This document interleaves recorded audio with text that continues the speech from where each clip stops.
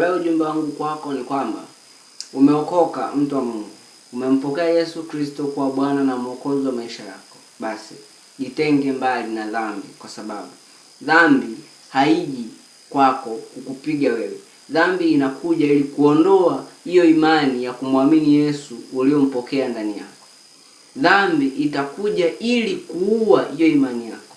Ndio maana kabla ya kuingia kwa Kristo ulikuwa uoni ni dhambi kufanya mambo yote, kutukana, kufanya kusengenya, ulikuwa uoni ni dhambi.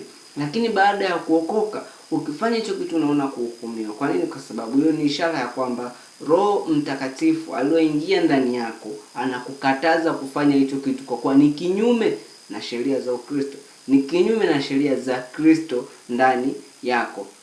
Kwa hiyo umeokoka, acha dhambi. Usitamani dhambi, wala usiisogelee, usiipe nafasi, usiifungulie mlango, usiipe nafasi ya kukaa ndani yako, wala usiiendekeze, mtu wa Mungu. Kaa nayo mbali, kwa maana haiji kwako kukufaidisha, bali inakuja kuua imani yako. Umempenda Kristo, umeokoka. Jitenge mbali na dhambi, mtu wa Mungu. Dhambi haina urafiki na mtu mwenye imani, kwa sababu yenyewe inaua kile cha rohoni, inaua kile cha ndani, inaua kile cha ndani. Ndio maana unakuta mtu alikuwa anamwamini Mungu, lakini dhambi ya siri ndani yake ikaondoa imani iliyo ndani ya mtu.